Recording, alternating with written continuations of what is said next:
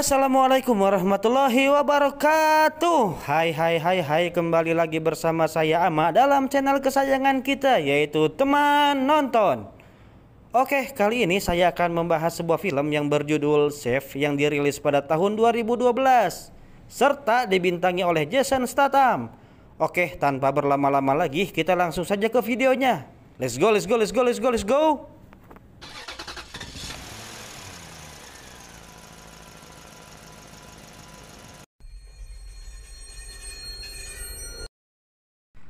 Film ini menceritakan dua tokoh utama yang bernama Luke dan satu lagi bernama May. Di filmnya sih adegannya barengan kurun waktunya, tapi biar nggak belepotan saya akan membahas satu persatu yang dimulai dari Luke. Diawali dengan adegan ketika Luke yang telah berhasil membuat koma lawannya pada pertandingan UFC. Ia tak menyangka bakalan seperti itu dan tentu saja keluarganya memaki-maki habis-habisan kepada Luke. Luke pun kemudian mendatangi seorang yang dipercaya sebagai pengatur pertandingan dan menghajarnya karena telah memberi lawan yang sangat tidak sepadan. Namun, si pengatur pertandingan malah menjelaskan bahwa ia telah rugi $1 juta akibat kemenangan Luke. Seorang mafia asal Rusia yang bernama Chesky juga sama mengalami kerugian yang lumayan besar karena ia mempercayakan semuanya kepada si pengatur pertandingan agar Luke kalah dalam ronde kedua. Hal ini menyebabkan Chesky itu marah dan tentu saja akan berakibat buruk terhadap Luke. Padahal Luke hanya menghajarnya dengan satu pukulan tapi langsung membuat koma lawannya. Jadi intinya Luke ini nggak sengaja menang dengan satu pukulan saja. Merasa nyawa keluarganya dalam bahaya, Luke akhirnya cepat pulang. Namun ternyata di situ sudah ada orang-orang Rusia termasuk Vasily yang merupakan anaknya Chesky. Mereka di situ baru saja membunuh istrinya Luke yang membuat Luke sangat terpukul sampai tak bisa melawan sedikit pun dan hanya diam. Tadinya Luke juga akan langsung dieksekusi, tapi Vasily menginginkan agar Luke menderita terlebih dahulu dengan dibiarkan hidup, tapi tidak boleh ada yang berbicara dengannya. Jika ada orang yang berani ngobrol dengan Luke, niscaya orang itu akan segera wafat. Hal ini bertujuan agar Luke depresi sampai bunuh diri yang kemudian masuk neraka tanpa hisab. Di tengah kebimbangannya, Luke pun menginap di tempat para tunawisma atau biasa yang disebut dengan dinas sosial oleh kita. Terbukti bahwa di situ sempat ada orang yang meminta sepatu milik Luke sebelum tidur. Kemudian orang tersebut ditemukan wafat di pagi harinya dengan luka sayatan di leher tanpa ada satupun yang tahu siapa pelakunya. Hingga pada suatu hari, Luke berada di suatu minimarket untuk belanja kebutuhannya. Namun, Luke tak mampu membayar belanjanya karena ia baru ingat sudah dicopet oleh seorang pria tua ketika dalam perjalanan ke minimarket tersebut. Kemudian, Luke akhirnya tertawa di atas penderitaannya sendiri sehingga orang-orang di sekitar menganggapnya gila. Lalu seorang polisi yang memang kebetulan sedang ada di minimarket itu membawa Luke keluar. Dan betapa kagetnya ketika polisi itu melihat wajahnya Luke. Kayak kenal aja gitulah pokoknya. Luke akhirnya dibawa ke sebuah bangunan yang belum jadi. Dan di sini kita tahu ternyata Luke adalah seorang polisi dari unit khusus yang keluar dari kesatuannya karena ia tahu bahwa teman-temannya telah menjadi polisi korup dan bekerja sama dengan para mafia. Hal inilah yang menyebabkan para rekannya menganggap Luke sebagai pengkhianat. Setelah dihajar oleh mantan rekannya di kesatuan kepolisian, Luke pun akhirnya pergi meninggalkan mereka. Sekarang kita ke May. May adalah gadis kecil yang duduk di sekolah dasar namun memiliki kejeniusan yang luar biasa seperti saya, terutama di bidang matematika. Sampai ia bisa mengoreksi gurunya sendiri di kelas di hadapan para murid lainnya. Karena terlalu jenius, kepala sekolah pun menyarankan agar May pindah ke sekolah spesial yang berada di Beijing. Akan tetapi, ketika pulang sekolah, May diculik oleh segerombolan orang-orang yang ternyata itu adalah mafia juga. Kemudian May dipertemukan dengan Han Jiao selaku pimpinan mafia tersebut. Di situ May dipaksa menjadi akuntannya untuk menghitung laba atau rugi bisnisnya Han Jiao. Jika May menolak, maka nyawa ibunya lah taruhannya. Dengan terpaksa May pun mau. Jadi ceritanya Han Jiao ini sangat anti terhadap komputer atau teknologi kekinian lainnya karena bisa meninggalkan jejak digital yang bisa dilacak oleh para musuhnya. Lebih baik manual saja katanya. Mei pun akan diterbangkan ke Amerika untuk mulai bekerja dan harus menganggap Quan Chang sebagai ayahnya. Singkat cerita, di Amerika terlihatlah Quan Chang yang sedang bekerja sama dengan seorang polisi korup bernama Kapten Wolf untuk membuatkan paspor dan membuat surat keterangan palsu yang menyatakan bahwa Mei adalah anaknya. Kapten Wolf pun meminta bayaran yang lumayan berupa menaikkan upeti atau japremnya si mafia Cina kepadanya menjadi 10% tiap wilayah. Tapi Chang menolaknya dengan balik mengancam akan ada penembakan terhadap para polisi. Jadi dealnya Chang akan menaikkan harga di satu wilayah saja. 1 tahun berlalu. Mei yang didampingi oleh Chang sedang menjelaskan tentang laba di toko-toko yang dilewatinya. Namun ketika Chang menanyakan tentang kasino, Mei menjelaskan bahwa di sana mengalami kerugian selama 2 minggu terakhir. Hal ini menyebabkan pengelola kasinonya dibunuh lalu diganti dengan yang baru di hadapan Mei itu sendiri.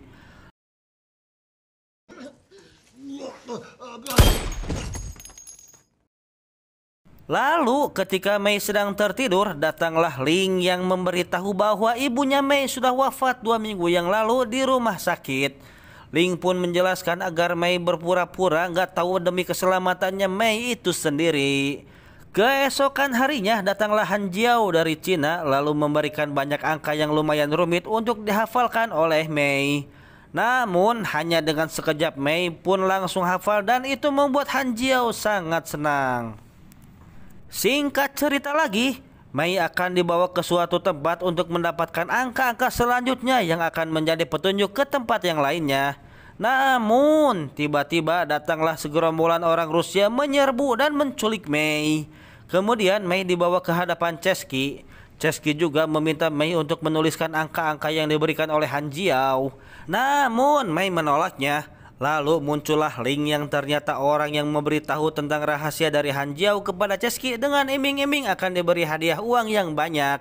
Karena Mei tetap kekeh tidak mau buka rahasia, Ling pun akhirnya didor oleh Vasily.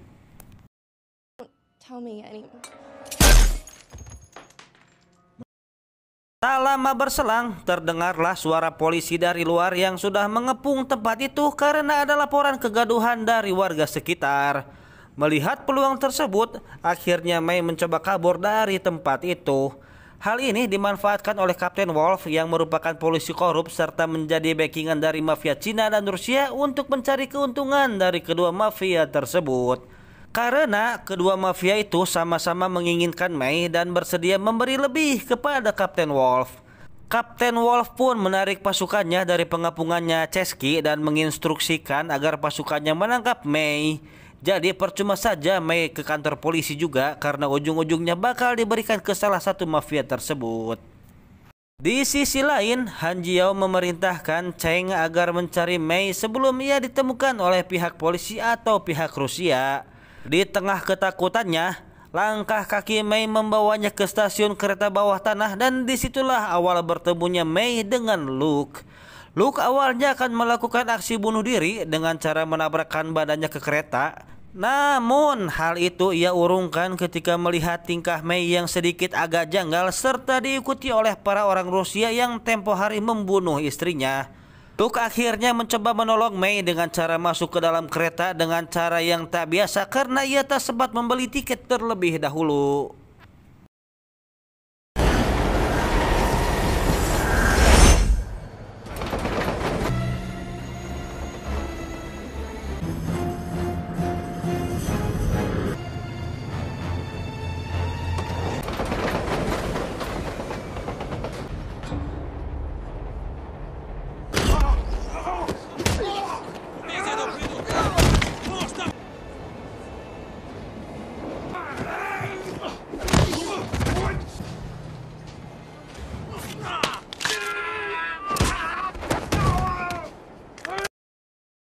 Salah satu orang Rusia itu kaget ketika melihat Luke, karena ternyata orang yang dulu ia tindas bukanlah orang yang lemah.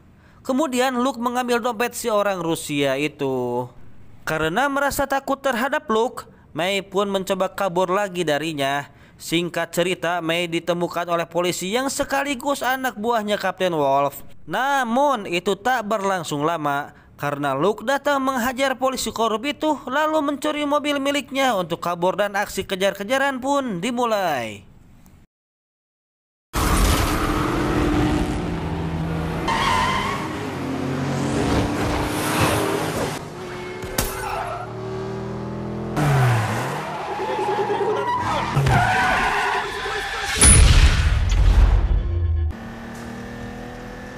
Good.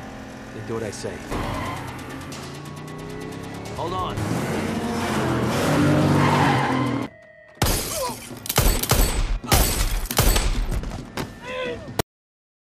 Setelah huru-hara yang terjadi, akhirnya Mei mau juga ikut dengan Luke karena Luke terlihat berbeda dari orang lain. Di sisi lain, terlihatlah Kapten Wolf yang terlihat kaget setelah mendengar laporan bahwa Luke lah orang yang telah berhasil membawa Mei secara paksa dari genggaman mereka. Kemudian dengan berbekal kartu kredit milik salah satu anak buahnya Chesky yang berhasil ia bantai, Luke mengganti tampilannya agar lebih rapih lalu membawa Mei ke sebuah hotel untuk bersembunyi dari orang-orang yang mengejarnya. Akan tetapi hal itu tetap terendus oleh Cheng beserta komplotannya. Di dalam kamar hotel, Luke dan Mei mulai berkenalan secara resmi. Namun ketika Mei mengaku bahwa ia adalah anaknya Cheng, Luke tentu saja langsung curiga dan tak percaya begitu saja. Ternyata Luke tahu betul tentang siapa saja anak buahnya Han Jiao, termasuk Cheng yang sudah pasti mereka bukanlah tipe ayah yang baik. Akhirnya Mei berkata jujur bahwa ia hanya diperlukan untuk menghitung laba atau rugi. Lalu Mei juga memberitahukan tentang angka-angka yang diberikan oleh Han Jiao kepadanya. Dengan kecerdasan Luke, ia segera sadar bahwa itu adalah kode kombinasi sebuah brankas. Tak disangka Cheng sudah ada di hotel tempat Luke dan Mei berada. Dengan memelas dan mengaku sebagai ayahnya Mei, Cheng mencoba merayu resepsionis agar memberikan informasi tentang letak kamar yang ditempati oleh Luke. Karena kesal, resepsionis itu malah akan menelpon polisi. Cheng akhirnya menodongkan pistol miliknya yang tentu saja itu tak luput dari perhatian security hotel yang memantau dari CCTV. Akhirnya kegaduhan pun terjadi lagi. Hands up so I can see him.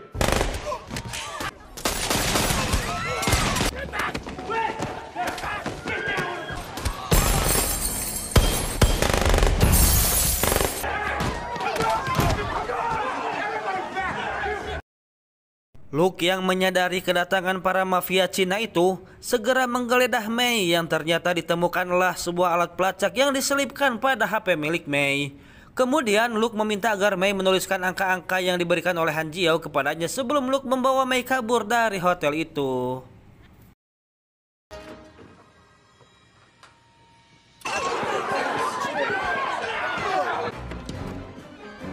Back inside. If you see them downstairs, try not to kill the girl.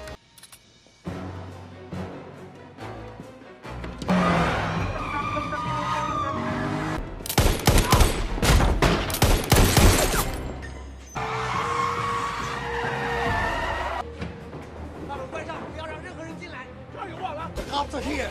Hold them off until I give the word. Do not let them in.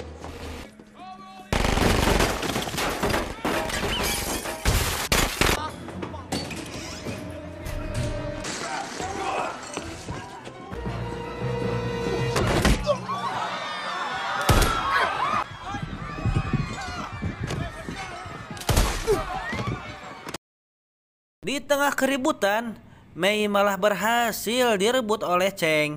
Sedangkan Luke terpaksa kabur lewat jendela dengan kondisi terdesak. Dengan akalnya, Cheng keluar bersama para tamu hotel yang sedang ketakutan agar bisa lolos dari polisi yang berjaga di depan hotel. Walaupun sempat terjadi baku tembak tipis-tipis karena ketahuan juga, Cheng akhirnya bisa kabur dari situ bersama Mei. Pada waktu yang bersamaan, Luke yang kabur menggunakan taksi awalnya merasa kesal karena tak bisa menjaga Mei. Namun ia tak hilang akal.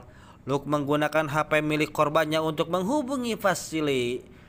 Ternyata Luke juga sangat fasih berbahasa Rusia sehingga Vasily langsung percaya kepada Luke yang mengaku sebagai salah satu anak buahnya. Di sini Luke mengaku mendapatkan kode angka yang diinginkan oleh Chesky dan meminta agar bisa bertemu dengan Vasily untuk menyerahkan kode tersebut. Vasily yang sudah percaya pun mempersilahkan agar Luke datang ke tempat ia berada sekarang. Sedangkan di tempat yang berbeda ada Kapten Wolf yang menemui wali kota. Di sini terkuaklah bahwa ternyata Luke adalah orang yang direkrut oleh Pak Wali itu sendiri untuk menjadi anak buahnya Kapten Wolf. Prestasi Luke sangat bagus karena ia bekerja bagai hantu membasmi para target operasi. Namun karena keserakahan Kapten Wolf dan anggota lainnya, Luke akhirnya dikeluarkan dari kesatuan karena tak mau korup dan bekerja sama dengan para mafia. Menurut Pak Wali, hanya satu orang lah yang bisa menghentikan Luke dengan duel 1 lawan 1. Kemudian, setelah mendengar bahwa gadis kecil Cina itu dibawa oleh Luke, seketika Pak Wali memerintahkan agar aparat kepolisian menutup akses keluar kota dan memerintahkan agar Kapten Wolf segera menangkap Luke. Di tempat lain ada Mei yang dibawa ke hadapan Han Jiao oleh Cheng. Dengan wajah lugunya, Mei mencoba meyakinkan Han Jiao jika dirinya tak membocorkan angka-angka rahasia itu kepada orang lain. Namun Cheng terlihat kurang percaya. Ia lalu seperti mengatur ulang jadwal pertemuannya dengan seorang staf wali kota yang bernama Alex. Karena polisi diduga sudah mengetahui tentang transaksi yang akan mereka lakukan. Di sini belum dijelasin tentang transaksi yang dimaksud. Oke, terus kembali lagi ke adegan Luke yang datang ke tempat beradanya Vasily bersama seorang PSK yang disewa untuk hanya sebagai teman ke resto tersebut agar kedatangannya tak dicurigai oleh siapapun. Setelah menghitung jumlah pasukannya Vasily, Luke pun mulai beraksi lagi.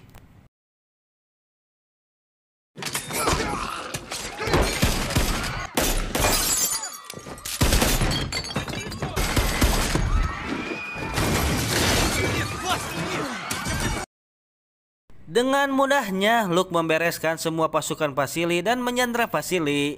Kemudian Luke menelpon Chesky untuk menanyakan tentang isi berangkas yang angka kombinasinya diketahui oleh anak gadis itu.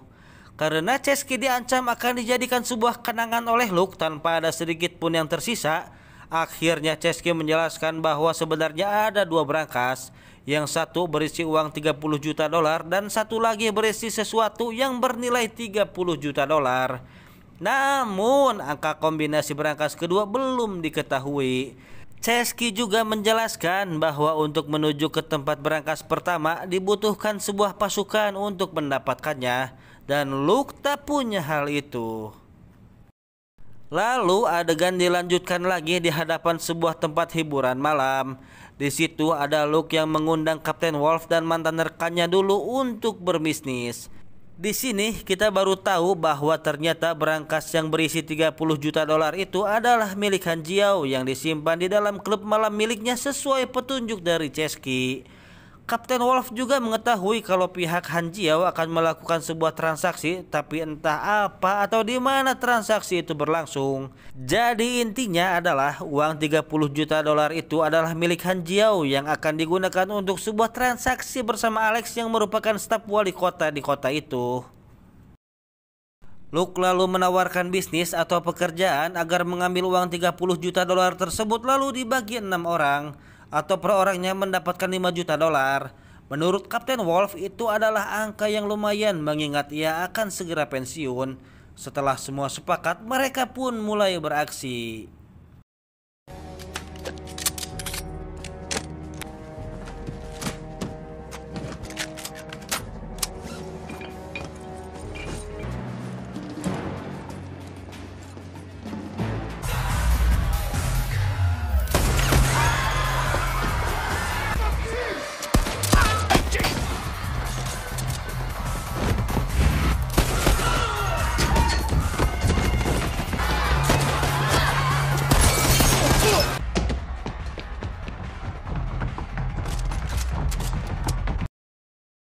Benar saja apa kata Chesky, penjagaan di sana memang lumayan banyak hingga menewaskan seorang anak buahnya Kapten Wolf. Di sini terlihatlah keserakahannya Kapten Wolf yang tega menembak satu anak buahnya yang terluka gara-gara ia merengek kesakitan karena luka tembak yang dideritanya.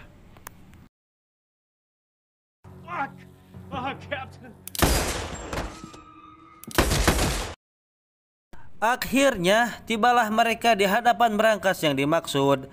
Karena Luke tahu akan watak para polisi korup tersebut, ia pun meminta semuanya agar meletakkan senjatanya di lantai. Awalnya, Luke pura-pura salah memutar kombinasi berangkasnya. Kemudian, secara tiba-tiba Luke menembak dua anak buahnya Kapten Wolf hingga tewas, lalu menembak Kapten Wolf juga di bagian bahu. Dengan cara ini, tidak ada yang akan bisa mengkhianati Luke. Tapi akhirnya Kapten Wolf malah disekap oleh Luke bersama dengan Vasily. Luke kemudian menelpon Alex yang sedang dalam perjalanan untuk menemui Cheng.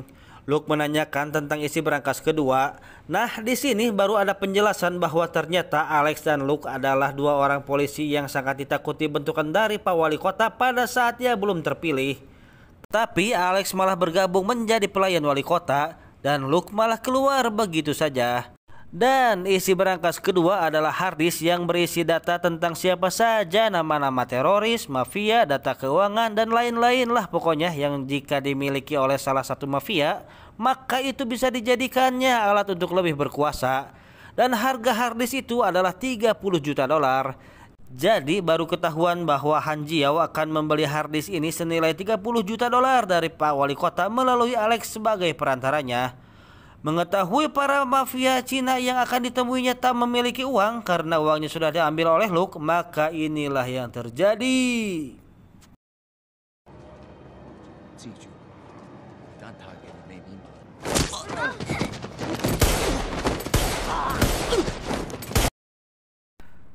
Tak disangka ternyata Luke datang ke tempat Wali Kota dengan cukup berani. Ia pun meminta agar Pak Wali Kota menyerahkan harddisk yang akan dijual ke mafia Cina tersebut. Dan ternyata berangkas kedua ada di ruangan Pak Wali Kota itu sendiri.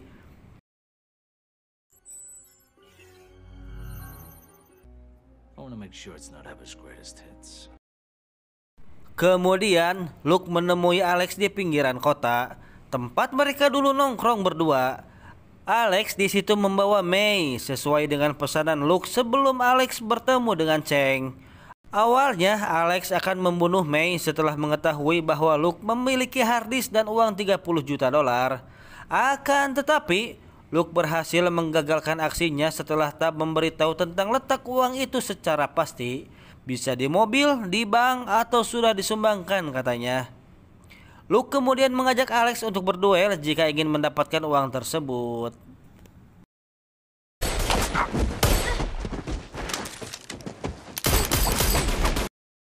Ya, Mei menembak Alex yang dilanjutkan oleh Luke hingga Alex pun tewas. Alasan Mei menembak Alex karena pernah melihat Alex menghabisi para mafia Cina itu dengan sekejap dan tak ingin itu terjadi kepada Luke. Kemudian Luke membebaskan Kapten Wolf dan Vasily lalu memberikan Kapten Wolf uang sebanyak 50.000 dolar sebagai bayaran agar mengawal Vasily kembali ke ayahnya.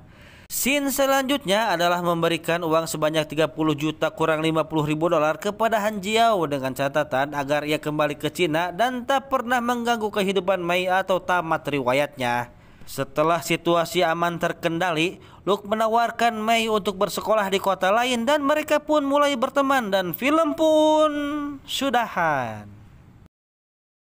Film yang agak susah dimengerti di awalnya, tapi perlahan tapi pasti semua terbuka juga ceritanya. Ya lumayan lah walaupun ratingnya 6, sekian di IMDb. Keuntungan film ini juga lumayan sampai dapat laba sekitar 10 juta dolar ya, kalau dirupiahin ya lumayan lah pokoknya. Oke, segitu saja videonya, sampai jumpa di video selanjutnya. Wassalamualaikum warahmatullahi wabarakatuh. Bye bye bye bye.